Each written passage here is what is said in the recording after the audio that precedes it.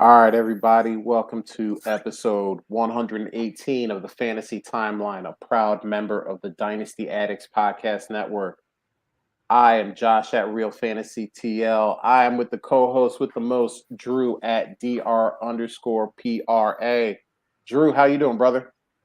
I'm good, man. A week out from a little minor surgery last week and feeling more like myself. Now, Drew should play in the NFL. Drew played hurt last week, had surgery the day after the podcast to get his gallbladder removed. And less than a week later, back on the podcast, ready to go, ready to drop knowledge and help out everybody that's listening. So that's a true warrior right there. He's not taking games off. He's not faking injury to not play. He is a true competitor in the fantasy space. So Drew, one thing I love about the off season is that's when we bring on our guests. That's when we grab people, and we got a good one this week. Love it. If you're watching, which you should be, if you have the ability to on YouTube, you see Akash at YZR underscore fantasy. Akash, how you doing, brother? Good, man. How are you? Doing good, man. I'm excited to have you on. Yeah, We're in me the too. F4 chat together. You were always you're always dropping a lot of knowledge in there, so I can't wait to get you on here, talk about some of the tweets we found, and just have a good time. So before we do that, though, tell everybody where they can find you, what you're up to, what you're doing. I'm on Twitter, obviously at YZR underscore fantasy. I'm always tweeting over there. You can also find me in the Bulletproof Discord for patrons, which you can find. It's DF Bean Counters Patreon if you know him. On Twitter at DF Bean Counter, and we're always talking fantasy football over there. It's a lot of smart people, and also myself. We're just using a bunch of numbers to figure out fantasy football. And so if you're interested in that kind of stuff, we all have very distinct processes that we use to evaluate the game. And it's led to some good results. So if you're interested in that and just listening to smart people talk about fantasy football, yeah, you can find me over there. And I also have a podcast that I'll be starting up soon again called the R Squared Fantasy Football Podcast that I do with at Dynasty underscore IM. And we're always talking about the same stuff we're talking about on the Discord, just processes, just two smart people talking about football. So That's exciting, and we had Spence on last week, and Spence is an analytics guy as well. And I told him, I said, I love following the smart people both on the analytics side and the film watching side, because even if I tried my hardest, I couldn't be good at either one of them. So at least I can follow a lot of smart people like you, like Spence, that bring numbers into the game and really explain to people what the numbers mean and how they relate to your fantasy team players that you may be thinking about drafting, or maybe players that you don't like that you should like. So I love it. So when that drops, Akash, let us know. We'll promote the hell out of that, because I know you're a part of it, and that's gonna be a good time. So appreciate you. intro's done. All right. The only news was the Super Bowl. So we could talk about this for a little bit. I know everybody's talked about it, but we'll go around real quick.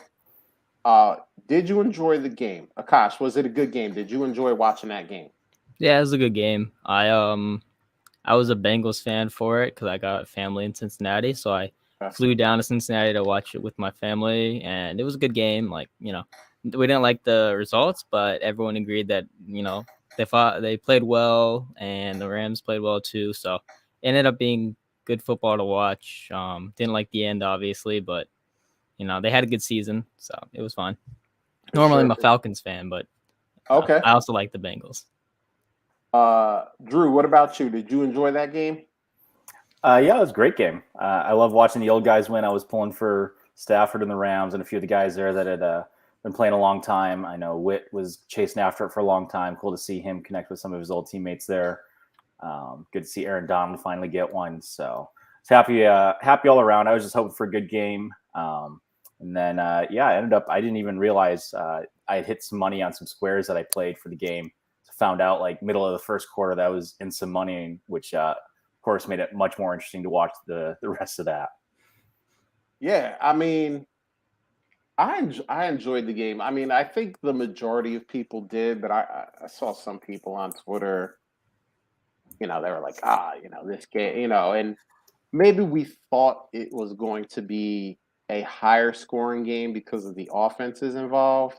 But I mean, both defenses came to play, especially the Rams at the end, man. They just like it took 3.5 quarters. We thought that this vaunted Rams defensive line was just going to destroy that offensive line in Joe Burrow. And for 3.5 quarters, it didn't really do much. But man, that last half a quarter, I think they shoved the whole game's worth of sacks into like that last 9 or 10 minutes of the fourth quarter, and it was just obviously the game ends on who else? Aaron Donald coming through, grabbing Burrow. He didn't sack him, but he was able to be very disruptive, and Burrow tried to chuck it up, a little prayer there, but no one came down with it. It was a great game. This was the first year I was actually torn. I wanted Stafford to win because, I mean, that man did legit time in Detroit. I mean, it was like a prison sentence. They never really put a team around them. They were like, well, we gave you Calvin Johnson for a while. Like, you should just be happy with that. And it was like, no, like, give it more stuff. And they never did. And finally, he kind of breaks out. He gets to LA. Sean McVay just is like, oh my, I got a quarterback that can do damn near everything, built an entire offense, and it was good. Unfortunately for the Bengals and their fans, Andrew Hall, I know, had to be crushed. That network brother, lifelong Cincinnati Bengals fan. They were close, man. And that's what made it a great game, is that like it really came down to the final minutes, the final plays, and to the LA Rams and their fans. Congratulations, man. That was a great game. That was actually a really good Super Bowl game, and I'm glad it ended up well. So that's the news. There ain't nothing else really went on. All the coaches have finally been hired, unless Sean McVay retires, which I don't think that's going to happen. But all the coaches have been hired. We've talked about all of them. So let's do this, man. Let's jump right into what we saw on the timeline. This first one is from Corey Ashburn, hashtag ELE, at Cashburn_ELE. No, a huge pet peeve of mine when people tell you so-and-so is not for sale in dynasty leagues. Like, bro, everyone should be for sale. It's just finding the value that makes it worth it to you. At least try to show me that you value them more than me. So I feel like this is a very polarizing question, because there are people that will just say, oh, hey, I reach out to Akash. Hey, Akash, Jamar Chase, what do you think, man? And Akash just goes, it's not going to happen for you.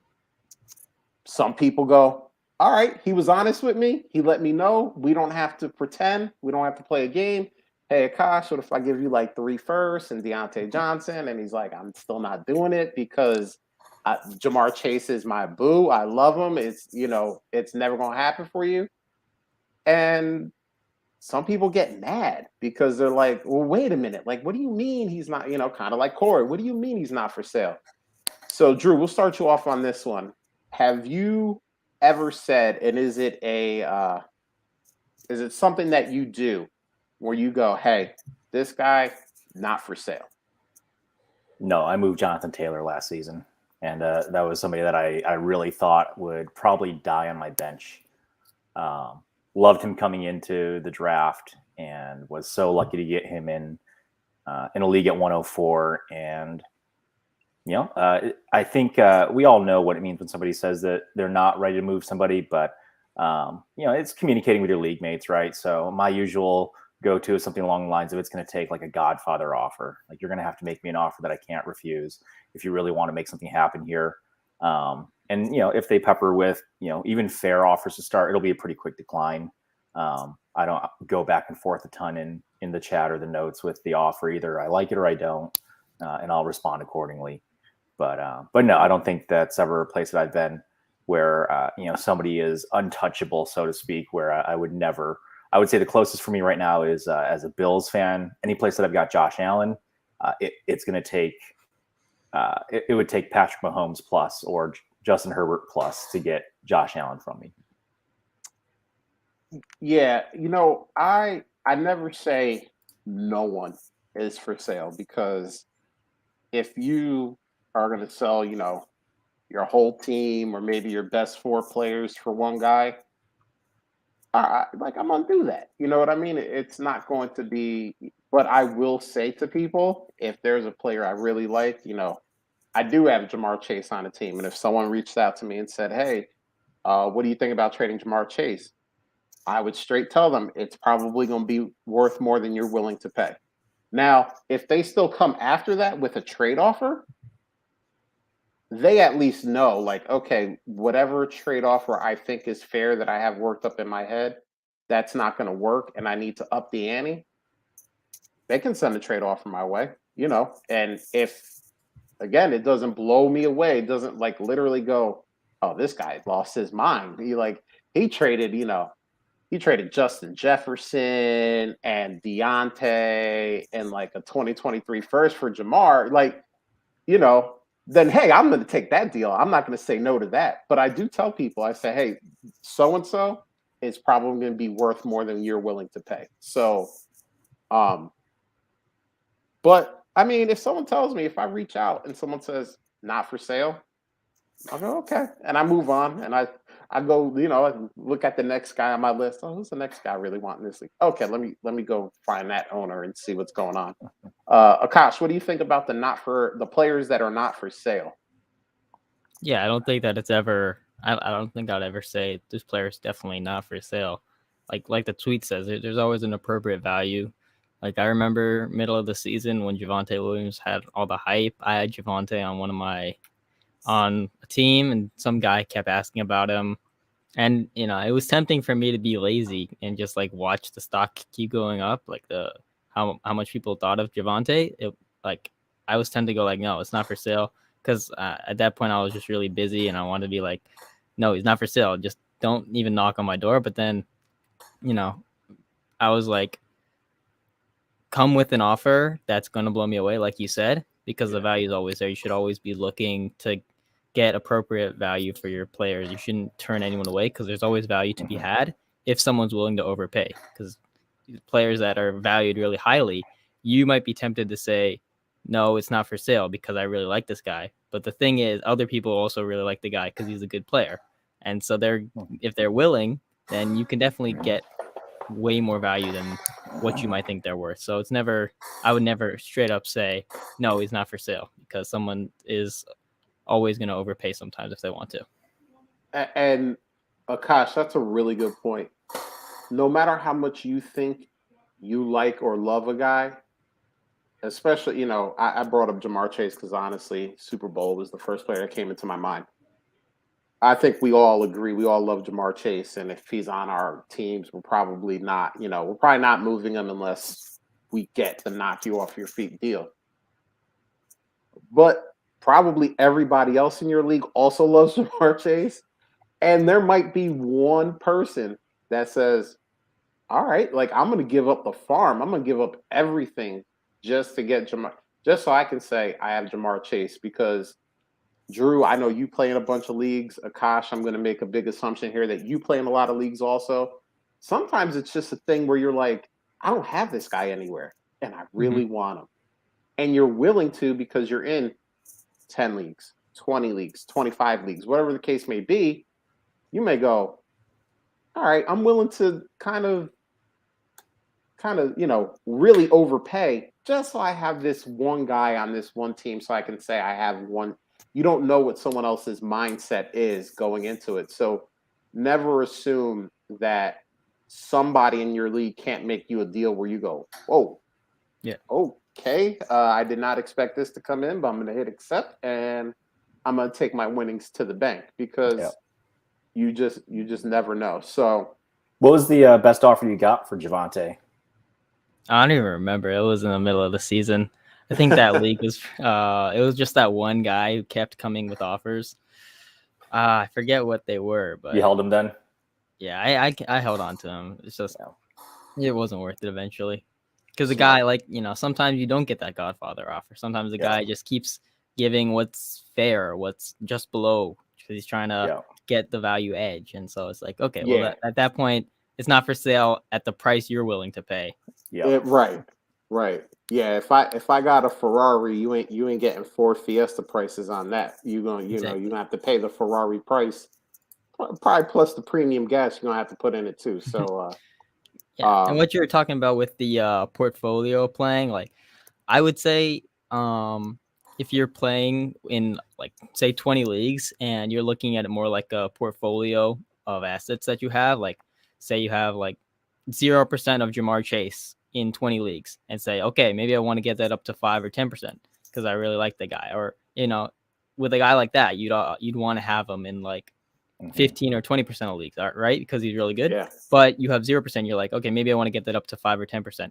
Then I wouldn't overpay to get him to. I wouldn't overpay, like sell the farm just to get that 5 or 10% of Jamar Chase, because it's not worth it if you're playing the portfolio game. If you're playing the value game across 20 leagues, I'm sure you can find somewhere where you can pay more appropriate value to get Jamar Chase, where you don't have to sell Jefferson, Deontay in a first. Maybe you could just sell like Trey Lance and an early 2 or something to get Jamar Chase. And then you're diversifying. Then you're changing the portfolio to look like the way you want it to look like without having to sacrifice all the value you're building up. And that's a great point that you make, because as much as we're all talking about right now that we love Jamar Chase, if you're in 20 leagues, maybe 2 of those leagues, the Jamar Chase owner is going, I don't think Jamar Chase will ever have a season as good as this season.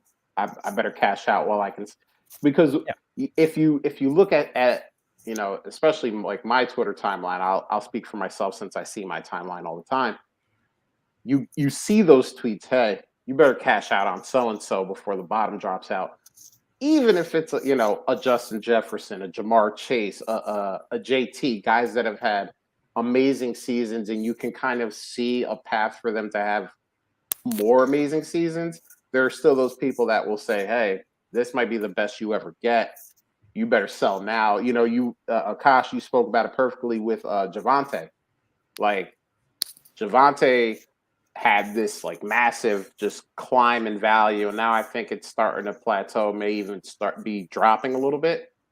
But I mean, if he's still going to be a top 6 guy for the next 3 years, and maybe not the 1 or 2 for the next 2 years, still got a pretty good guy, even if you maybe could have gotten that top 3 value a couple weeks ago. So I like that mentality of, if you're doing the portfolio strategy, you're in 20 leagues, you might have 1 or 2 Jamar Chase owners that are saying, oh, I better get out before, before Joe Burrow's offensive line gets him killed. And then it's, insert back up here throwing to him. So there's always someone. There was always someone. And it's funny because a million different people play this game, and they play it a million different ways. So there's always, as much as you think like that could never happen.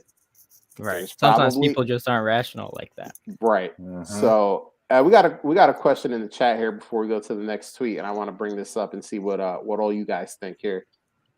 This is from our boy Ridley Truther. Yo, boys, if you have the time, doing a startup, taking a page out of my book, my crowdsourcing draft, which is actually Akash, the F4 draft. I'm crowdsourcing it in our timeline chat just to do something a little bit different, a little bit fun. Nice. He's at the 302. It's a 3rd round reversal, super flex, PPR 1.75 tight end premium. Do you go with CeeDee Lamb, Tyreek Hill, or wait for it, T. Higgins. He's got Kyler and Najee Harris, Kyler Murray and Najee Harris already. So this is an interesting question, and I want to go last here because I feel like Akash and Drew, you're much smarter than I am. So I want to see what you guys think. But Akash, why don't you start us off? He's looking at three guys here. Looks like he wants to go with either CeeDee Lamb, Tyreek Hill, or T. Higgins. Or maybe that's Rashad Higgins. Who knows? Maybe he's a big Hollywood fan, but I'm going to assume it's T. Higgins. Yeah, I like Higgins. There's cool. I like that. Okay. I like Higgins more than Lamb, and then Tyreek versus Higgins. It's hard to, compare the values of. I don't know. I always find it easier to compare young guys to young guys than older guys to younger guys. But I like Higgins more than Tyreek just because I don't know. I don't think that the value of Tyreek is quite as high for me as Higgins, and they were both going to be. Tyreek's obviously going to be a high wide receiver 1, Higgins low wide receiver 1, but then the youth of Higgins puts that value a lot higher for me. Not a lot higher, but just enough that that I can say, yeah, I'm going to go with Higgins there. Or, I don't know, trading back's always nice. Trading back is always nice. All right, Drew, what do you think? CeeDee Lamb, Tyreek Hill, or T. Higgins? I may have to recuse myself here because I'm pretty sure I'm in this draft. That's when you don't recuse yourself and you tell That's him when you tell him to go with something like Gigs or something. Just get him to reach and put something else down. Maybe he is thinking about Hollywood, Rashad Higgins. Maybe that should be the pick at 302. I'm with Akash that I would go between either CD or Higgins. Both young guys, talented, tied to good quarterbacks for the future. Hard not to love Higgins after the Super Bowl performance. Could have had a third touchdown pretty easily if the ball had been placed a little bit differently. So I like Higgins a lot as well, but I can't fault you for taking either of the young guys. I think ultimately you just got to start to sort out, what do you want your plan to be for the first year or two?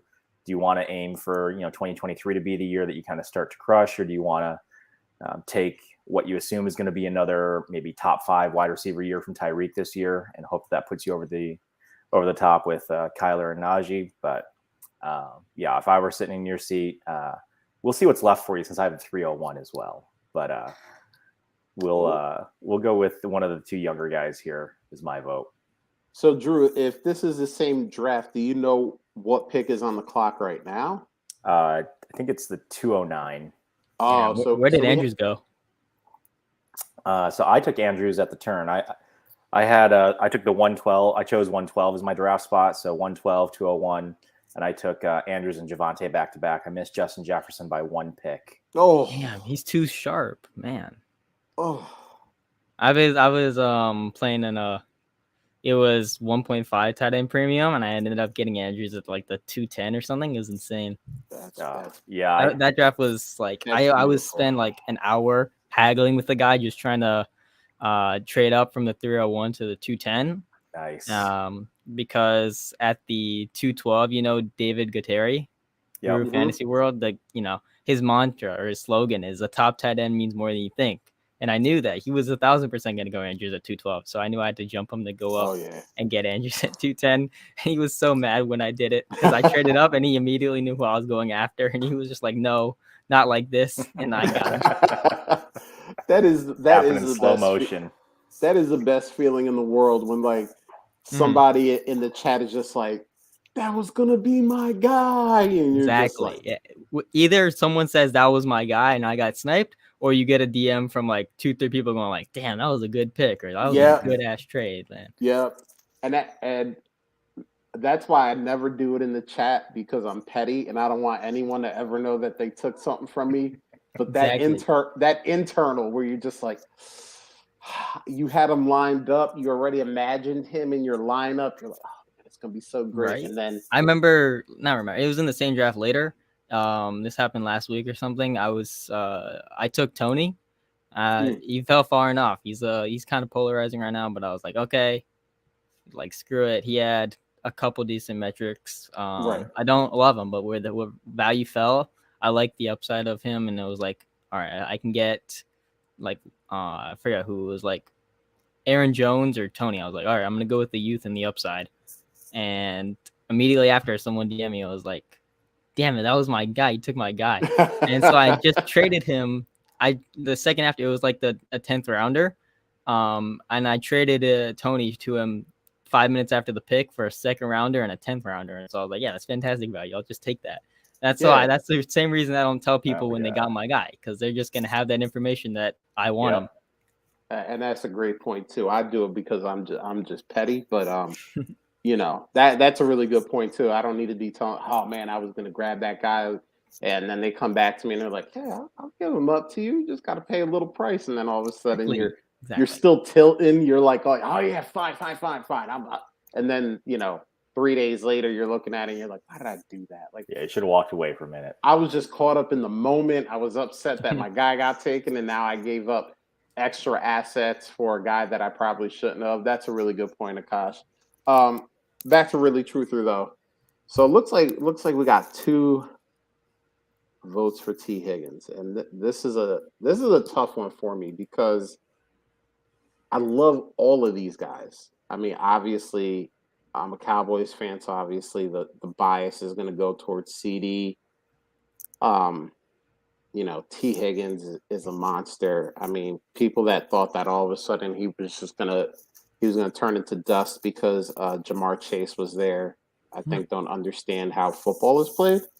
Exactly. I never understood that during the offseason, where it was just like, well, T. Higgins, like, trade him for, a bag of balls because he's not going to. And I'm like, but wait a minute. He was like really good for in his rookie year. Like, people just all of a sudden, you would have thought that the dude had like 320 yards receiving in his rookie year, based on what people on Twitter were saying. Well, this guy went over 1,000 yards. What are we talking about here? And now he's going to have a monster on the other side taking defensive coverage. Like, what are we doing here? There's so many narratives you can use, but at the end of the day, like, whether your narrative is there's a guy on the other side or now Jamar Chase is going to get all the targets, it remains that T. Higgins is still good at football. And Jamar Chase being there or not being there doesn't change the fact that T. Higgins is good and will get his. So. And that's what I didn't understand. But I love seeing that during the offseason last year. I think I go with Tyreek though. So obviously in this situation, I'm being outvoted. You're gonna go with Lamb over Higgins? Come on, man. I said Tyreek. Oh, I thought Tyreek over Higgins. No, not Lamb. That's good. I love Lamb. I was touting Lamb before he got drafted to the Cowboys. He's a good prospect. It just hasn't come together, and this isn't me saying that Lamb is bad or Lamb has done poorly in his first couple seasons, but Lamb hasn't turned into that, lockdown, for sure, alpha, put him in your lineup and never worry about anything ever again type player. Now, could it happen in year 3? Absolutely could happen in year 3. The Cowboys have a lot of interesting free agents out there. So, that's all going to depend on who they decide to sign, re-sign, cut, whatever. But Tyreek has just been doing it. And last year was a roller coaster with Tyreek. There would be some games where he's just like on fire. It's Tyreek. It's 12 for 220 and 2 touchdowns, and some weeks it was like 1 for 14. Like, what are we doing here? But I think he's still an alpha. Obviously, I mean, the crazy part about all 3 of these guys is they're connected to 3 really good quarterbacks. So obviously, Lamb with Prescott, Hill with Mahomes, and then Higgins with Burrow. But I think out of those 3 guys, Mahomes is the leader in the clubhouse. So give me Tyreek. I think he can still do it for a couple more years. Obviously, he's still going to be attached to Mahomes that whole time, which is always a plus. And go with it. But hey, It's 2-1. Higgins 1 out. So if you're doing the whole crowdsourcing thing, Higgins would be your pick. But I wanted to throw another player out there, just get some more talking points in. So really, truther, you'll have to let us know in the chat, and that's a fantasy timeline chat. And we say this all the time. Hey, if you want in, dude, just DM me, DM Drew, or DM us at Fantasy Timeline, and just say, hey, I want in. We'll throw you right in there. A lot of good people, a lot of smart people, and we talk about football and everything else under the sun. So it's a good time as well. So when you get on the clock, you'll have to let us know if any of those three guys are still there, because there's a few picks in between. So you could be There should asking be. us you could be asking us questions about a totally different set of players, because those three guys are gone.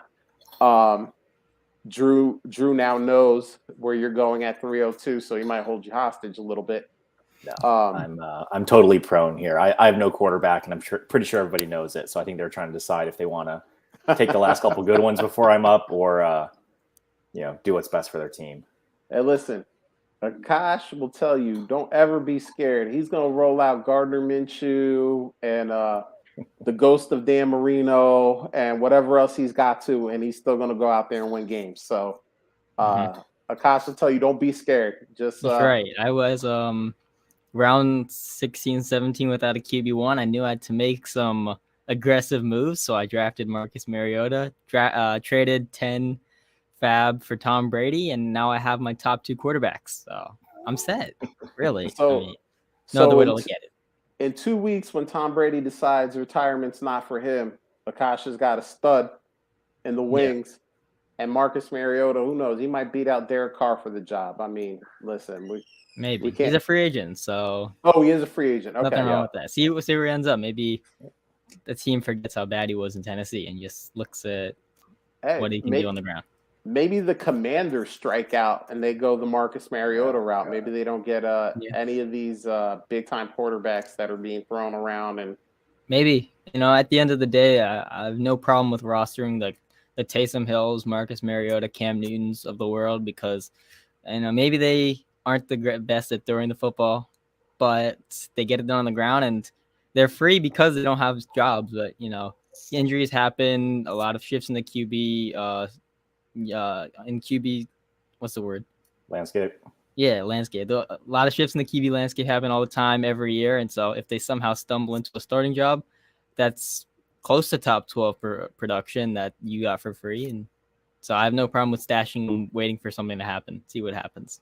And we see it every year, man. This year, New Orleans, they went from Jameis to Taysom Hill to Trevor Siemian, and Trevor Siemian was a thing for 3 weeks. And if I would have said that before the season started, everybody would have laughed at me, but that landscape, it changes, and it changes quickly. So exactly. There's a lot of mediocre QBs. And so if say Carson Wentz, who has a starting job, if something happens with the QB landscape and the Colts deciding to move on, maybe he doesn't find his way into a starting job, and maybe a guy like Mariota does. And then so you go from a guy whose value is solely predicated on mediocre production but having a job, to a guy that produces more who didn't have a job before. And so that's a complete shift. So instead of rostering the type of QBs that have little upside but huge downside because they're mediocre and they can get replaced, I would opt to roster the kind of QBs after my studs and after the guys I really want. I'm gonna roster the guys who might not have the same production right now, but they have upside and they will produce more if things break right. Like Wentz in the 8th round or 7th round versus Mariota in the 17th. If I'm choosing a QB 3 or 4, that's what I'm going. I'm going for Mariota because I don't want mediocrity. Yeah, I mean, look, even last year, and Bill and I, one of the hosts of the Fantasy Timeline, we were arguing during the draft between Taylor Heineke and Dwayne Haskins. And Taylor, man, that dude ended up being a starter for damn near the whole season. So it changes quick. You never know. And sometimes those late round guys strike gold. So That's right. And it's not to say that I would never ever roster Carson Wentz. I have him on a team that I just drafted because I was having like a really competitive team in the startup, and I was like, screw it, whatever. Carson Wentz will be a fine QB3 for me because he has a job right now and he'll produce fine numbers if I need them. So that's not to say I'm completely anti Carson Wentz. Just saying, like, the mentality, if you want to go for a QB, go for upside. I want to translate that for everybody. Akash's team was so good, he had to nerf his own team by drafting Carson Wentz. I'm just kidding, everybody, or like every one person that likes Carson Wentz. He's a fine human being. We'll move it on to the next one here. This is from Jacob Anderson at Jacob ST611. Is this an overpay for Pitts? Now, he tagged the timeline on this one, and I was like, hey, can you give a little bit more info? What are the settings? So this is a 1 QB tight end premium. It's a 1.5, I believe. I didn't write it down, but I'm pretty sure I remembered it correctly. So, all right. So he would give up Gesicki, Terry McLaurin, Mike Gesicki, Terry McLaurin, and Deontay Johnson, and he would get Kyle Pitts, the 107, and a 2023 second round pick. So, Drew, why don't you start us off here? Is it an overpay for Kyle Pitts? No. I'd be perfectly fine giving that up for that package back. All right. Drew is short and to the point. Akash, what do you think? Did he overpay to get Pitts? No, it seems like a good trade to me. I'd give that to get Pitts on my roster. Yeah, I mean, here's the thing. Deontay's really good. Yeah. But Pitts is value. Like, I don't care if you're playing in a 1 QB, a no QB, 2 QB, premium, tight end premium, no tight end premium. I mean, Kyle Pitts is like, what, a top 2 tight end off the board? He's the one, yeah. Top 3 tight end off the board if you're in a real lucky startup. I mean, startup, he's like, I've seen him go way before the first way before second tight end. 107. Yeah. Universally tight end 1, top 12 pick. Like, Yep. I've seen him go. I've rarely seen him drop to even the middle of the second round. Like, he goes at worst top of the second. Yeah. Yep. I mean, he was 107 in this startup. Exactly. I saw him go 6th in another one. Yeah. People just love him. He's great. In ours, I think I know he was a first round pick. I just don't remember the pick off the top of my head, but I know he was a first round pick in ours. Like, I mean, so yeah, I mean, we're talking 1 QB too. What's the 107? Like, we're talking about maybe there being a drop off at like 106, 107, 108 in Superflex. Like, in a 1 QB, like, no, 1 QB, are you taking like anyone over him? Well, I mean, the 107 is nothing, and you're still like, oh, it's like the Kyle Pitts side, like that. Right. Like, that's how crazy Kyle Pitts' value is right now. Is like, you're not really getting anything. You're getting the 107 and a 2023 second, which in a 1 QB is like whatever. Yeah, like 107, it's not like ideal. Like, I don't know. It's still gonna end up being a good player. So to get Kyle Pitts and to add a solid player there at the 107, I'm perfectly fine with that. Like, yeah, like Gesicki's a free agent. We got no idea where he's gonna end up. You know, everybody's hoping that maybe he goes back to Miami, but you know, does Miami really want him? I mean, they didn't extend him. They didn't do anything with him. So they got a new coach and came from San Francisco. Are they going to ask him to block or what? Right. He's not a block. That's I think thing. McDaniels will use. I don't know. He doesn't really fit with McDaniels because McDaniels comes from San Francisco. He likes yards after the catch, and Gesicki doesn't block, and he doesn't go after the catch. He's really just a big wide receiver. But I also believe that coaches will use their good players in ways that maximize their talents. And so just because he's not going to ask Gesicki to be George Kittle, he's going to ask Gesicki to be Gesicki. And so if he can use him well, keep him out in the slot, out wide sometimes, have him be a big-bodied weapon for Tua, that sort of thing can work, because if they use him like ways that can maximize what he does well, then he'll be fine. But he's also a free agent. They could let him walk, Yeah, the thing, like, all of a sudden you may like what Mike McDaniel could do with him. Like, what if he ends up in like Houston? It's like, oh, okay, no, that's right. not. And good. at the end of the day, like, regardless if he stays or if he leaves, or if or whatever happens with him, it's going to be low tight end 1 or worse production. And so it's nothing significant that I'm ever afraid of losing. The real thing there is Terry and Deontay, and even then the value and the positional advantage of Pitts, as well as the pick you get back, is perfectly fine for me to give up those 2 guys. Yeah, I could hear Josh's disappointment in my short answer earlier, so I'll walk through it real quick here. I think McLaurin's worth the 107, basically. I think that's a wash for me. And even Gesicki at his, not max value, but at his higher end value, Gesicki and Deontay for Pitts is more than fair to get Pitts. I would absolutely rather have Pitts than those 2 on my roster. So, and then, whatever the second is gravy. There you go. So we all think that not an overpay. I hope it gets accepted. I hope you get Kyle Pitts on your team, because I made it a mission of mine to get a lot of Kyle Pitts, and I was able to do that. And I'm very happy with all the places I have Kyle Pitts. So you won't be disappointed in Kyle Pitts, even though people will try to tell you that he somehow had a disappointing season, which makes no sense to me either. But we spoke about it earlier. Off-season narratives, they're amazing to listen to sometimes. All right, move on to the next one here. This is from Stephen Petcow at SPetcow_FF. And again, we talked about him earlier.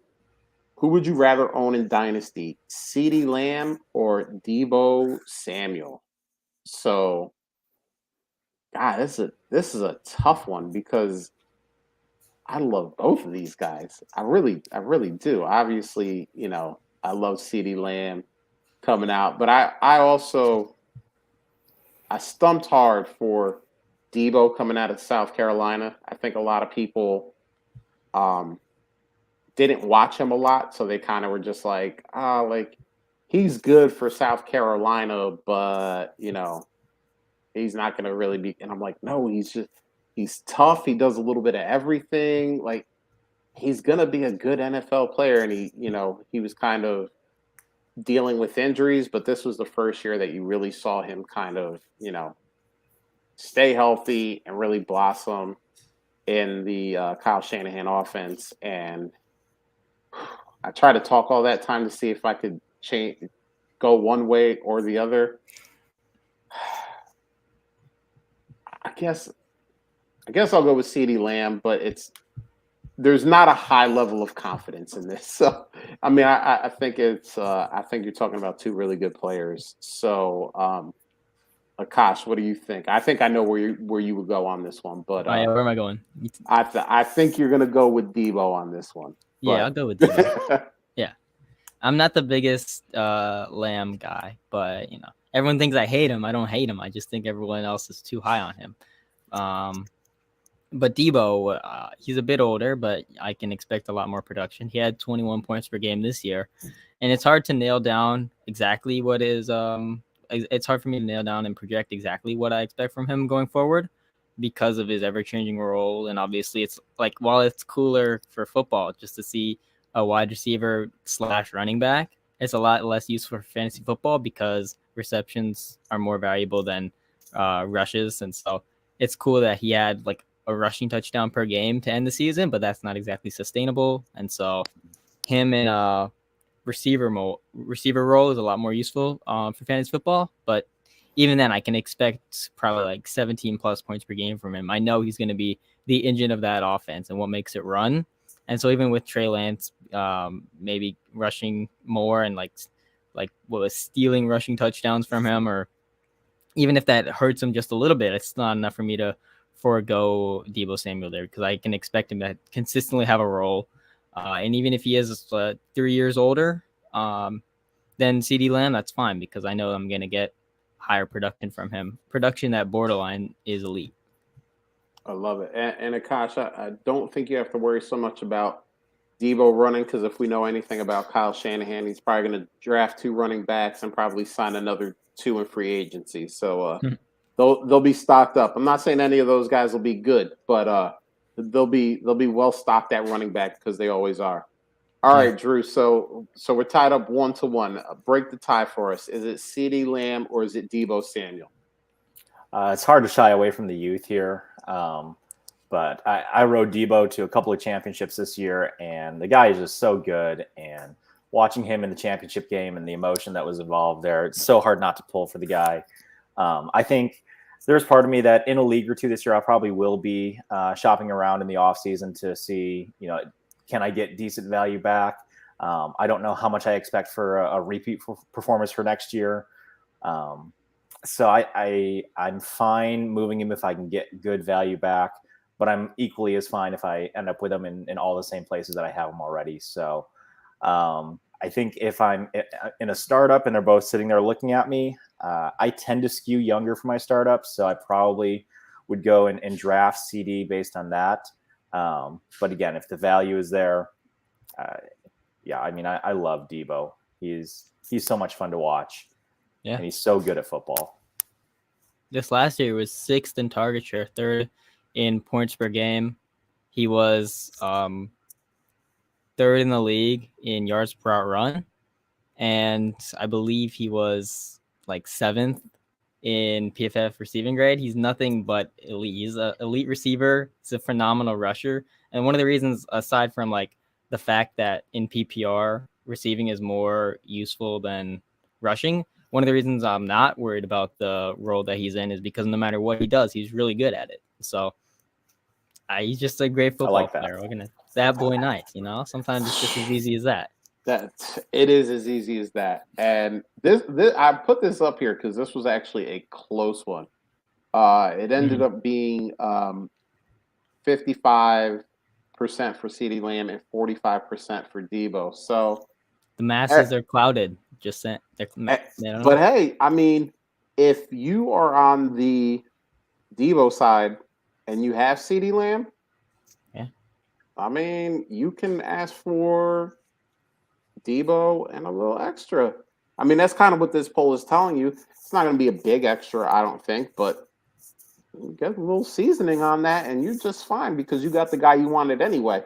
So anything on top of that is just that little bit of extra gravy. So it's easy to pivot from these guys because they carry high value, and there's always going to be someone that's like willing to give you another receiver in that tier you like more because they shift a lot for people. Maybe someone has Debo higher, maybe someone has Lamb higher, maybe someone has Tyreek highest or Higgins highest of those 4.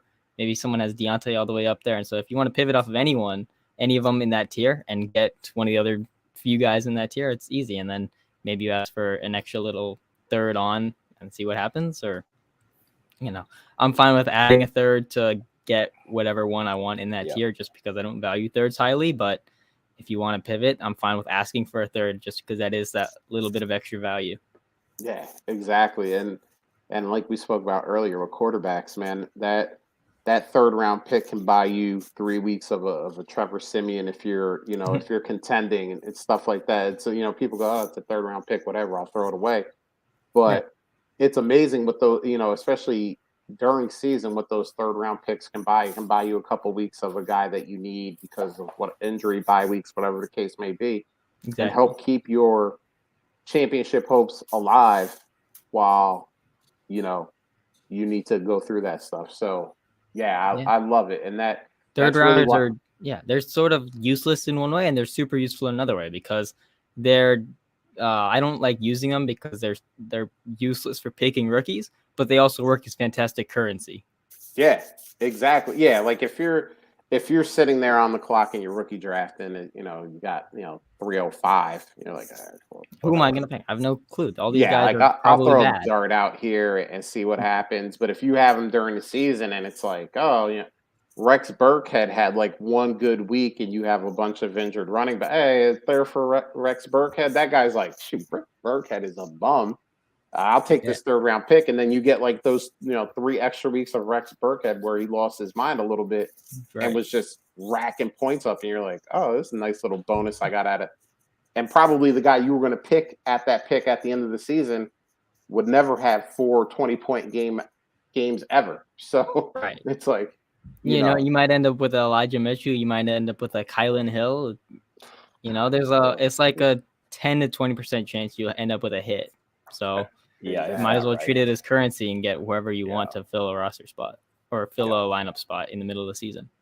I love it. I love it. So here's one. I didn't get a chance to put it on the show sheet because I was just crazy at work today. But I'm going to read it off for you. This is from Jeremiah at FF_Padawan. I get Josh Allen being the QB1 next season since he finished as QB1 in back-to-back seasons. But what's the case against Lamar as the QB2? He'll have Andrews and Hollywood in their prime, a year 2 Bateman, and a healthy Dobbins. How do you stop that? He simply knows ball. He gets it. There you go. There's a case for it. Holmes is there, but yeah, I mean, listen, AFC is loaded. I know, it's awesome. I guess what if I'm going to answer his question, and this isn't me saying there's no chance of Lamar being QB2 or hell, even QB1. Like, let's not there's forget. There's a good chance he is. He just was a couple years ago. Right. Let's not forget. I mean, we can talk about all the weapons, and he's got some very interesting weapons. The dude hasn't forgot how to run the ball. Mm-hmm. So, and Akash, you mentioned it earlier, we call it whatever you want, the cheat code, the Konami code, whatever you want to call it. Those QBs that can run, especially QBs, and there isn't really one, maybe Jalen Hurts, but QB that can run the way that Lamar does is invaluable. So, I mean, what's the case against it? I guess you can always bring up Patrick Mahomes. He's always going to be up there. But we saw that month-long, 6-week-long dip from Patrick Mahomes, or just whatever. The Chiefs weren't clicking. Maybe teams, figured out if they put the too high safety up there, it's going to mess them up. But then, they went to the lab and they figured out how to beat the too high safety. And then it was just like, all right, well, now we can't stop them again. So, Patrick Mahomes is going to be one of those guys,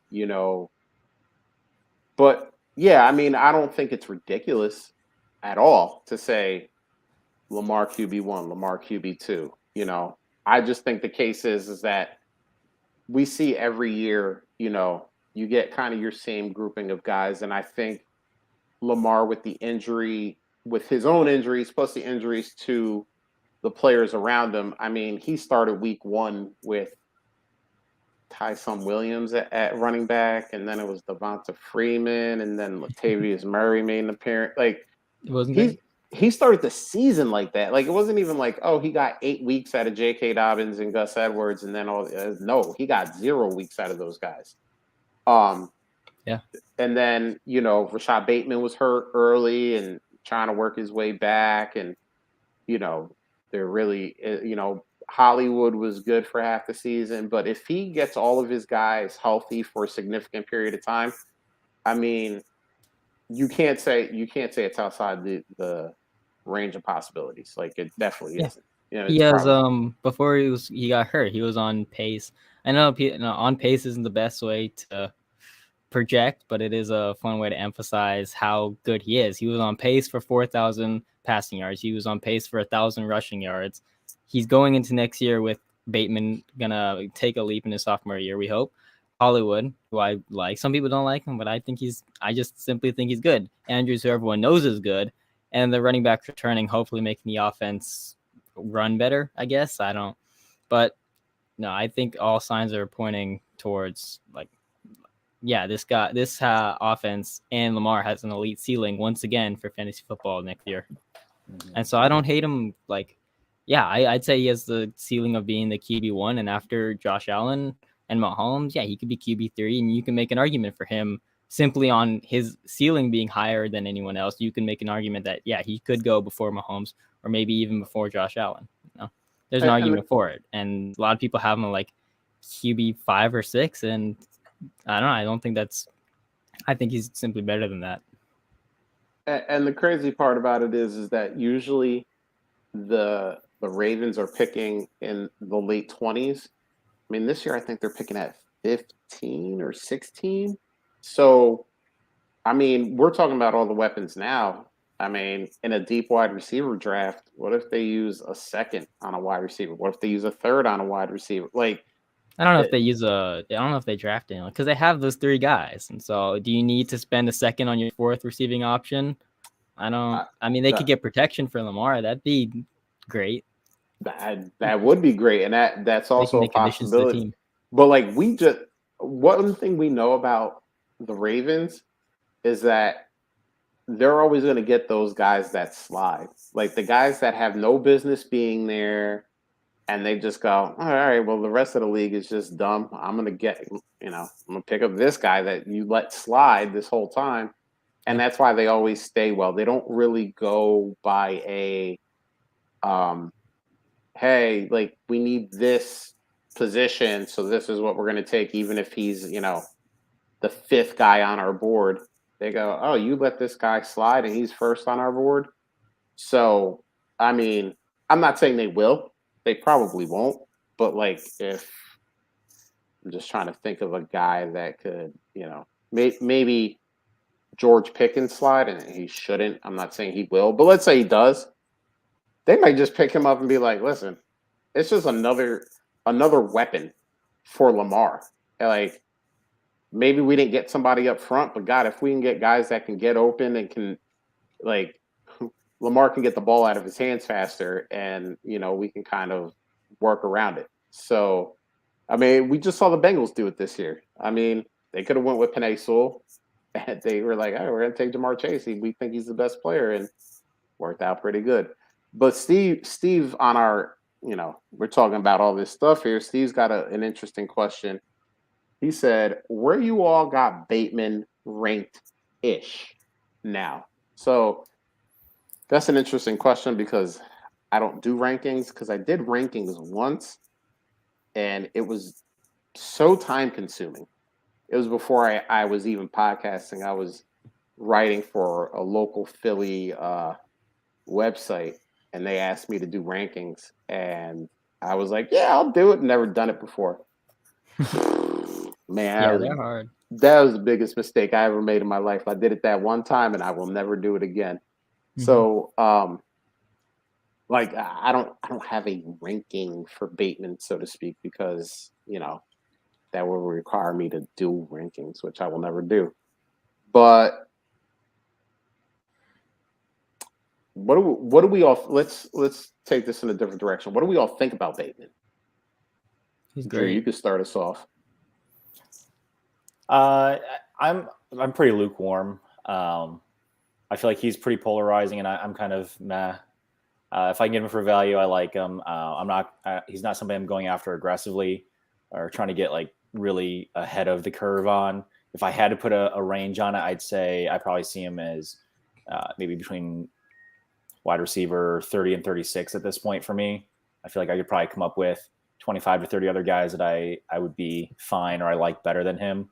But that's without having a list in front of me. So that's kind of my gut reaction to that question. Somewhere between probably maybe as high as 28, like 28 to 36, somewhere in that range is my my gut shot. Drew, while we're yakking, check DLF. I'll be curious to see where he's going on there. Akash, what do you think about Bateman? Where just kind of around like 20-25-ish for wide receivers. Seems about right to me. He's around 30 on DLF, which is horrible. That's too low. Yeah. Who are a couple of the guys ahead of him? Judy, Mike Evans, Claypool, Amari, Hopkins. Those guys I wouldn't take over him. They're all, I don't know. They're all mid and young or close to mid and old. And so Amari, definitely not. Hopkins has a chance to bounce back, but then his peripherals were bad before he got hurt. Well, they weren't bad. It was just a dip from what he normally is. And so there's a chance that he is that he might fall off the cliff very soon. He's already 29. And so at that point, I'm not really going to take a risk at over Bateman, who I think has the potential to be great, a good young wide receiver. And then Judy has done nothing throughout his career to show that he should be above. He's been eternally mid since he came into the league. I think Bateman has higher upside than him. And then, who else? Evans, without Brady, his peripherals weren't great, even when Brady was there, but the high volume, high touchdown numbers kept him viable in fantasy. And I think that without Brady, his numbers slide to like wide receiver 2 numbers, possibly even wide receiver 3 numbers, depending on the volume and who they bring in at quarterback. So I think that the floor is lower for some of those veterans, and I think Bateman's shown to be better from what we saw of him. Obviously, we didn't get a full rookie year from him.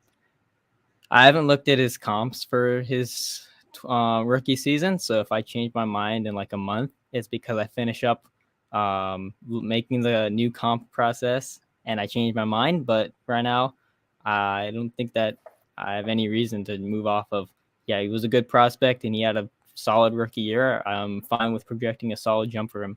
He's also not going to face plant. And now, I don't know how much you guys talk about face planners, but it's not great for their career outlook. Most face planners don't bounce back, but Bateman isn't going to fall into that bucket. So right now I'm pretty confident in him, in projecting him for a good sophomore leap. But Akash, I like what you said there about, this is where you're at right now on this player, but it could change. Sometimes we get so like locked in on what we say. What is this? February 16th. Well, what I say on February 16th is going to be the same way I feel on April 16th, which is going to be the same way I feel on September 16th. And it's just like, listen, sometimes we get new information, whatever. You talked about Mike Evans. And one of the rumors going around today is that, Deshaun Watson is looking at the Buccaneers as one of the teams that he might want to get traded to. And if that does happen, and I'm not saying it's going to happen, people, so don't blow up my mentions. Don't say that's never going to happen. You're dumb. I don't think it is. But they don't even have space for that, do they? I have no idea. But they're losing like half their team, so I'm sure they're going to have plenty of space because they re-signed all these guys to like 1-year deals to try to run it back, and it didn't work. Would you rather have Watson, Evans, and no one else, and like roll out Tyler Johnson and Cyril Grayson as your wide receiver 2s, and then OJ Howard is a free agent too, as well as Gronk. So roll out Cameron Braid as your tight end 1, or would you rather try to have good weapons for the future? They would do the opposite of what Carolina did a couple years ago, and it would be all offense for the Buccaneers throughout. Yeah, it's like that team in your dynasty league who goes all in, wins a championship, and his team's just screwed after that because you got a bunch of old players who aren't playing anymore. Right. So, but if that does happen, then obviously you're gonna have a different opinion on Mike Evans. Possibly, especially So I'm glad you said, hey, listen, this is how I feel right now. But listen, you're going to go in the lab. You're going to work on your stuff. You're going to get your projections out, and you're going to be like, oh, well, Rashad Bateman has the same comps as X, Y, and Z player. This is a really good thing. Or it comes out and it says X, Y, and Z players, they kind of sucked, and that's not a good thing. I think it's going to be like 2/3 good and like 1/3 bad. Right. But, I still have to do that. So. Right. And that's why I'm glad you're kind of prefacing that and saying, hey, listen, this is what I think. But obviously until I get the numbers together and everything works out and I can spit out kind of what these comps are, I'm not going to sit here and say, forever that Rashad Bateman is going to be, a pretty good player, because if it comes back and it's like, right, I didn't realize this was going to. His rookie year playing, it wasn't like little snaps, but it was like lower route participation because you have Hollywood already as a wide receiver 1, and they try to mix in Duvernay sometimes. And going forward, he's also playing with Andrews and Hollywood, so I'd expect him to be the third option. But that, like you said with T. Higgins earlier, that doesn't make him worse at football. The fact that he's playing with 2 other good players, he should still get his own. And because I expect him to be good at football, I'm still probably going to buy him at his depreciated prices. Like if people are taking 30 other receivers over him in Dynasty and I have other guys lower that the general consensus is higher on, then yeah, it's probably going to be a buy for me. And it doesn't, even if I like Andrews and Hollywood, it doesn't stop me from liking Bateman. Right. Yeah, I think both DLF has them ranked. When they do their rankings, they've got them ranked 24th right now. So if ADP is 25% later than that, that should be great value then. And Rotoviz over here has them, I think, ranked at 26 as well. So pretty consistent between the two sites there. Keep Trade Cut got him at 26 too. And so, yeah, I get it. Yeah. And the great part is that this is why I like looking at ADP, is not because I think ADP is like where you should base, everything off of.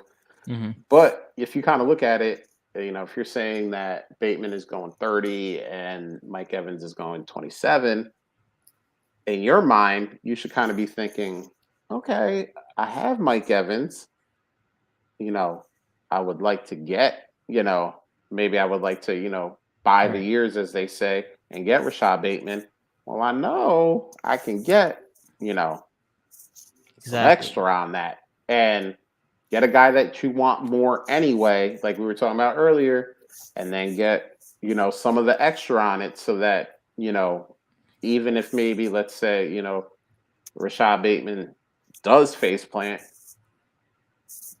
we got that extra. We got those other things that can maybe, whether they're picks that can be used in later trades or, picks that can be used to draft other players, whatever the case may be, or other players, we didn't just go 1-for-1, even though we think Rashad Bateman, is the better pick over Mike Evans. So that's why I like looking at that ADP stuff, because it kind of tells you a story of what the general consensus is thinking. And a lot of times that is useful in trade situations.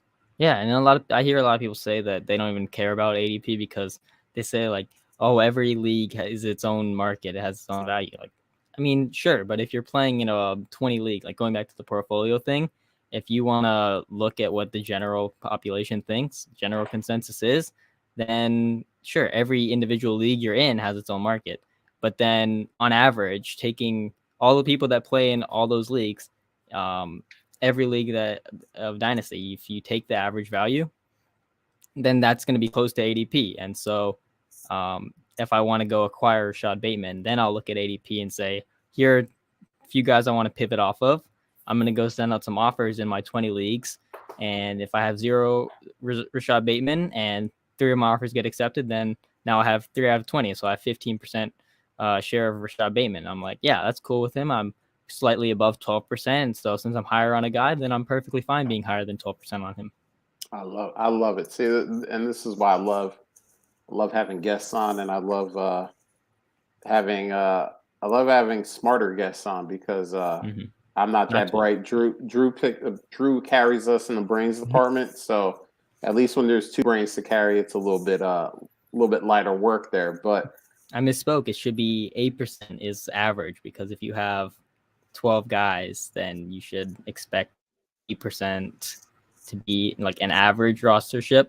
And so if you have like 10, 15, then you're above market on a guy. So I'm fine with that because I have him as a buy. And so I'm fine being over market on him. I like it, in fact, because I feel confident, relatively confident. You can't have too much confidence and go like up to 50%, because then you're just putting all your eggs in one basket. It's not very smart.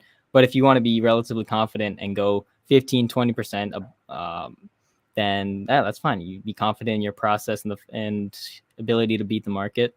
And so then if it hits, then you beat the market in a sense. Yeah. Then in a year, you take 2 year 5 and move them, and you're still at 15%, and you nicely profited on the extra 10% that you got cheap. Yeah. Well, and our DAP Network brother, Scott Sidlow, he talks about the portfolio strategy all the time, and I think his percentage is 20%. And if I'm misquoting him, that's my fault.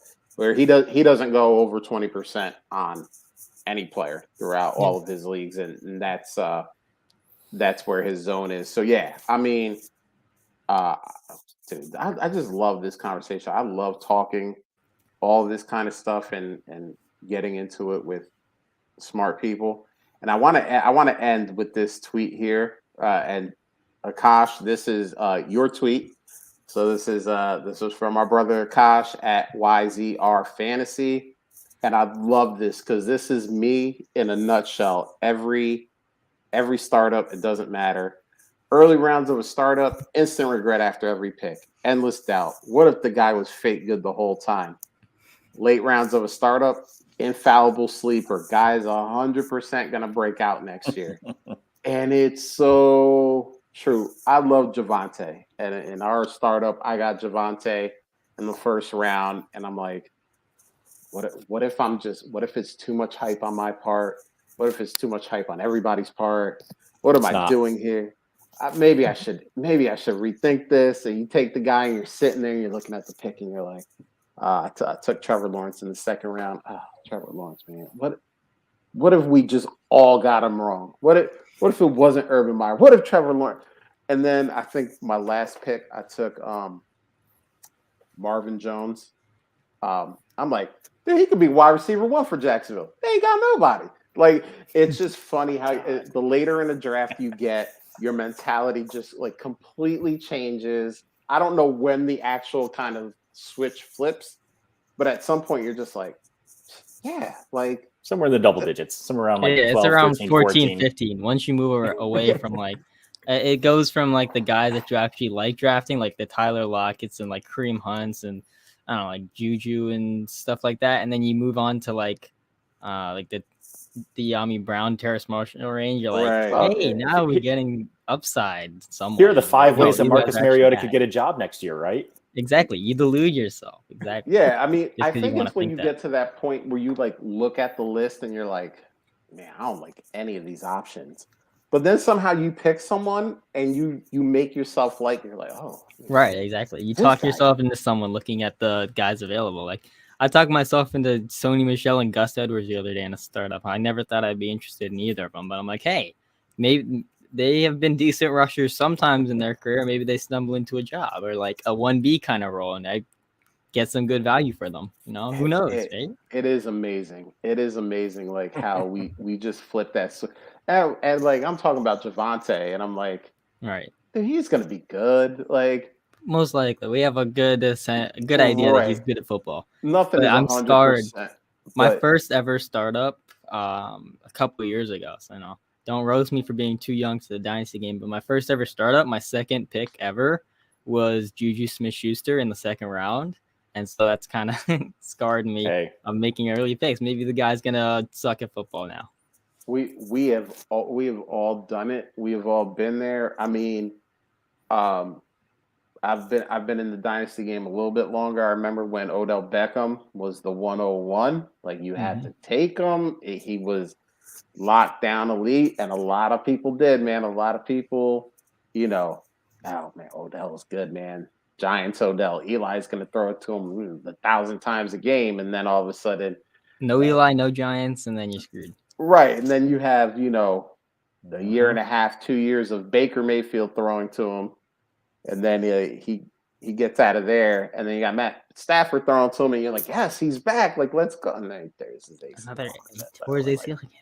That was so sad. That was so tough. Because I'm so happy that he got the touchdown before he went down, though.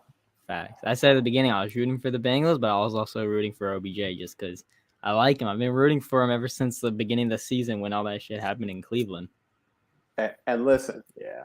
I want to put this on record because a lot of people will victory lap and they won't admit their mistakes. I thought OBJ was done. I thought he was dust. I'll say it because I was like, dude, like I understand Baker is not like elite, but like he can throw a football. Like he has that ability to throw a football, and Odell Beckham was never on the other side. And then he got to LA, and it was like, you know what? It might have just been a scheme thing, and I got it all wrong. So I'm going to put it on record that I got it wrong because I don't want people to say that I just talk about all the hits. because listen, the misses come too. You do this thing long enough, you're gonna have the hits and you're gonna have the misses. So I was wrong on OBJ. I was happy for him. And by the way, the fact that that man did an amazing moonwalk in cleats, I don't even know how that's possible. I love that. After that touchdown, I was like, he just pulled off the smoothest moonwalk in cleats. Like that's amazing. So I am glad he got the ring. It was terrible just watching him because, and honestly, on that play, I thought in real time, I thought he had just looked upfield too quick and didn't bring the ball into his body. And then on the replay, saw that it was obviously the turf grabbed him. It didn't give it all, and it's just ACL tear. And now he's going to be 30 next year with another ACL tear in the same leg he tore it in before. Probably he's a free agent. Probably not going to be ready to return to football for a while. Like I heard someone say like mid-October, and like that's tough. You're going to miss the whole beginning of the season. Going to have to go to a new team, and I don't know. Maybe the Rams re-sign him. Right. I mean, it's like not exactly like dead in the water, but it's not good. Really tough to come back from that at age 30. Second time in the same leg. It's going to be tough for him. And you could tell out there he was having so much fun. He was really, and that's we talk about head coaches all the time, and we're like, are they good X's and O's guys? Can they scheme up an offense that can get their guys in positions to succeed? But I think a lot of times a part of it that we fail to talk about enough is like building a culture. And Sean McVay has this culture where like guys love to be there. They want to play their hearts out. He somehow, even building that culture still keeps everyone responsible and accountable. Because like you never hear about someone from the Rams like going off the deep end, getting in trouble. No, Aaron Donald had that thing. Was it last offseason or the offseason before? He got to a fight or something. But I remember that. That's crazy. Who would fight Aaron Donald willingly? You're just gonna listen. They were drunk. Listen. You couldn't get me that. I'm a big dude, and you still couldn't get me that drunk to think that like it's a good idea to fight Aaron Donald. Like exactly. I'm not even big. I'm tiny. I would just get snapped in half. He would just pick me up like a twig and break me. Just like I used to bounce, and I would be really worried if somebody was like, oh, like there's this guy over here trying to start a fight. Like you got to take care of it. And I walk over, and that guy is Aaron Donald. Right. I'd be like, sir, if I can ask you politely to not do that, I would really appreciate it. That just you just give him what he wants. Yeah, you just do what you got to do, man. I'll be out of your hair. Yeah, like listen, like if you could just outside in the parking lot, I ain't gonna stop you. Like, just not here. Like, so yeah. I mean, Drew's right though. Alcohol was involved, and somebody thought that they were bigger than they really were. And be dumb, bro. Yeah, I mean, but like I was saying, like you don't really hear about that kind of stuff coming out of the Rams. Like, Jared Goff wasn't out there like, getting DUIs, Cooper Kupp's not getting into trouble in his house, like everybody is there, they're chill, they play football, they love playing for Sean McVay, and obviously Matt Stafford came in there and was, revitalized, and OBJ came in and was revitalized. Von Miller, came in there and was, shades of his old self. It was good to see. It was good to see the Rams win it, for guys like Stafford and OBJ. And I'm hoping that we see a few more out of Burrow and Chase and Higgins and those guys. So, yeah, AFC's tough though. It's gonna be fun to watch. It's gonna be hard for them, but it's gonna be Brady fun was to watch. A genius, man. Brady was so smart. Right. Get out of the AFC, go to the NFC, where it's him against Rodgers. But Brady also tricked people into like he fooled them on how easy it is to win a Super Bowl, win multiple Super Bowls, because a lot of people only get there once or twice, and maybe the once or twice they get there don't even win. Like Dan Marino got there once and it win. Breeze got there once and won. Rodgers only got there once and won. Like it's hard. But Brady's Yeah. fooled people into thinking it's easier than it is. Yeah. And so I don't know. I would hope that Burrow gets back there because I'd love to see the Bengals and Burrow chase Higgins win a ring. But you're dealing with Herbert, Mahomes, Josh Allen, Lamar Jackson, maybe Deshaun Watson. It's just tough. I mean, everybody's been talking about it. If Aaron Rodgers goes to Denver, now you just got like another. It's like NFC is the place to be if you're a young quarterback. it really is because I mean, Matt Stafford, he's over there. There's some good quarterbacks over there, but you got Dak and Kyler, but if you get into the playoffs, Trey Lance, if Trey Lance hits his upper percentile outcomes and they could build, if he becomes elite and they still have elite weapons and elite defense, like they're gonna run the NFC for a little bit because all the talent is over in the AFC for young quarterbacks. Yeah, I mean, if you just look at the playoff pictures this year, I mean, 6 and 7 were Jimmy Garoppolo and Jalen Hurts. Yeah. Exactly. Meanwhile, Justin Herbert didn't even get in on the other side. Right. Should have been him instead of freaking Derek Carr. The Raiders and Carr, but it's okay. But Raiders played good that game. Yeah, they did almost win that game. They almost stopped the Cincinnati Bengals before they got started. So, but that's the thing, man. Like, it's like, man, you just run down the quarterbacks in the AFC. And someone put out a tweet the other day, and I don't remember who, and they were like, all right, so if the entire league was going to redraft, how many current AFC quarterbacks go off the board before the first NFC quarterback? I was like, that's a really good question. Like, you're Who's the best quarterback in the NFC, like based on youth too. Like, obviously, you say Rodgers just won MVP, but if you're redrafting, you have to keep in mind that he's 37. And so, unless your strategy is to win it year one and then figure it out after that, that's tough. But you still don't take him above like the Lamars, even if right now Rodgers is a better quarterback. The years that you get out of Lamar, so you got Mahomes, you got Josh Allen, you got Lamar Jackson. If Deshaun Watson is playing, then you got him. You got Joe Burrow, Justin Herbert, and then what?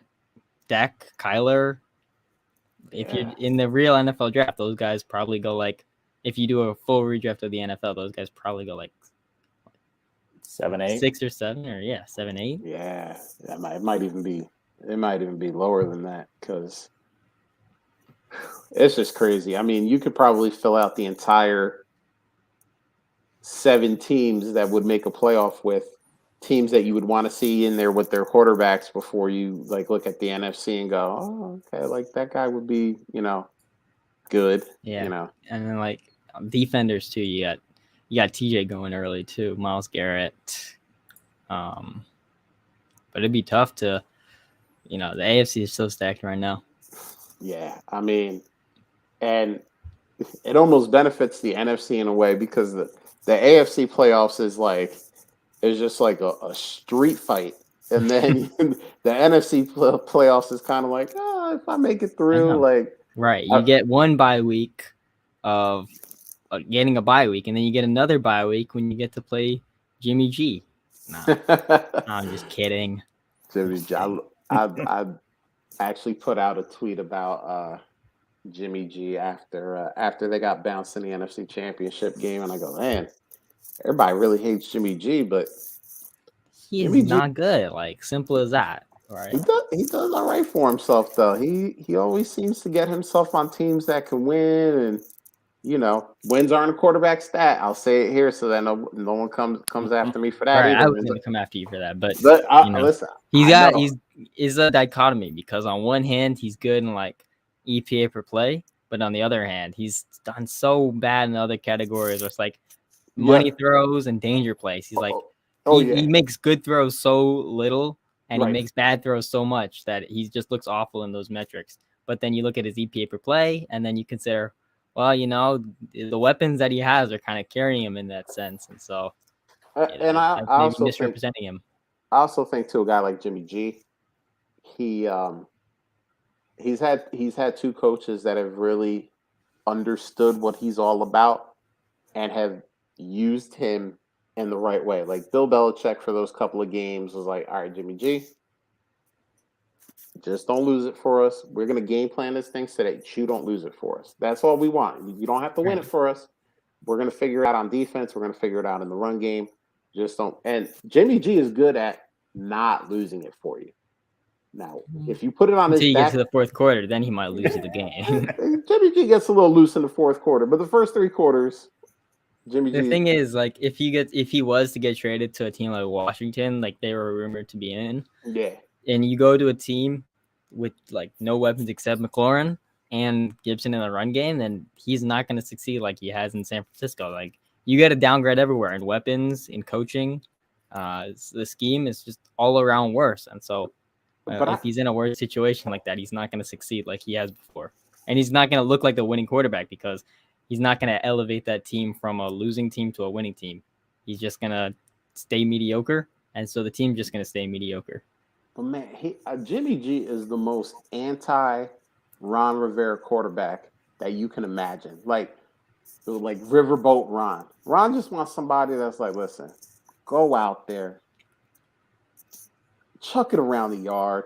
Like, we don't know what's going to happen on offense. Like, I'm going to build this defense up. Like, I'm a defensive guy. You know, he had Luke Kuechly and Thomas Davis and all those dudes in Carolina. And then he went up to Washington, and it's Chase Young, and it's the entire front seven that's just like stacked. And like, Ryan Fitzpatrick and Taylor Heineke.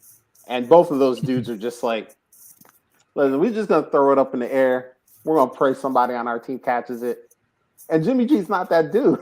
Like, Jimmy G is like, please make this very structured where I can make very easy throws. And you don't ask me to go down the field too much because that's not what I do. I like structure. He likes structure. That's what he likes. And I couldn't imagine like those two, like Ron Rivera and Jimmy G, day one. And Ron Rivera is exactly. like, look, Jimmy, in Washington, we just throw it up in the air, see what happens. I think Jimmy G that's Jimmy G's nightmare. He just wakes up in a cold sweat. Exactly. I had this tweet earlier in the month that said that Kirk Cousins like the missionary sex of fantasy football. Jimmy G is the missionary sex of real football. He's not gonna do anything too flashy. He's not gonna elevate your team, I guess. He's not gonna be like you said, the guy to take the game, throw it all downfield. He's just safe, structured, missionary sex quarterback. Not gonna be very exciting. Listen, we are a pro Kirk Cousins podcast, and I will say missionary sex is still sex. So you keep doing what you do, Kirk Cousins. We love you here on the fantasy timeline. But on that note, Drew wants to kick all of us off now after that comment. So we're gonna wrap it up. Akash, man, thank you for coming on, man. It was great. It was great having you on. That was fun. You you just brought so much. It was just a really good time doing this. So Definitely. Just remind everybody where you're at again and what you're doing, just in case they missed it at the top. Yeah, you can find me. I'm on Twitter, YZR_fantasy. Try to get my fingers. Yeah, right there. And you can find me on DF Bean Counters, Patreon, Discord, where me and other smart people just talk about football. If you're into that kind of thing, then you can come join us. It's pretty cheap. It's like $8 a month. I think that's a great value to listen to all of us talk football all the time. And I have a podcast sometimes. You can find it. It's like it's linked in my Twitter bio or on break, but we're going to kick it back up sometime this week, I believe. And so if you're interested in listening to me and Dynasty_IM talk about football, then you can find my podcast in my Twitter bio and on YouTube in the Bulletproof YouTube channel, the R² Fantasy Football Podcast.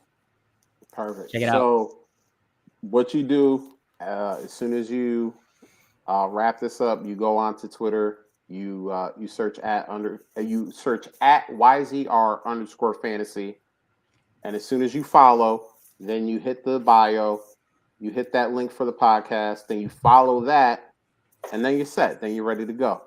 So Akash, thank you for coming on, and I want to thank the chat, man. Chat was lit, man. We had Lindsay in, we had Steve Dennison, we had Ridley Truther in asking us draft questions. It was awesome. Appreciate all you guys. Remember, if you are listening to this, if you're watching this, make sure you hit the subscribe. Make sure you hit the bell so you know when we go live. Great thing about the DAT network is it's not just us. You get the Dynasty Junkies, sometimes Trade Addicts. They go live too. They just do their thing whenever they want and go live. So you get a lot of bang for clicking 2 buttons, and that's pretty good. That's a good deal. So remember, hit the bell, hit subscribe. If you're listening to us in podcast form, thank you very much. We're going on an hour and a half here. That's a long time. You could be doing anything else in the world. You decided to sit here and listen to us, and we really appreciate that. If you somehow just stumbled on us, hit subscribe. And if you can, if your podcast directory allows you to, rate and review. I say it all the time. Spence yelled at me last week. Dude, leave a good one, leave a bad one. Listen, I shouted out a bad one a few weeks ago. It is what it is. You don't like it, you don't like it. But leave some constructive criticism. Maybe I talk too much. Maybe Drew is too attractive. I don't know. Just leave your criticisms. We're fine with that. But if you like it, hey, hit that 5-star too. We love those as well. Tell us that you love us. Tell us that you couldn't do this without us. Whatever you want to put. I don't care. But on that note, Drew, we are out of here.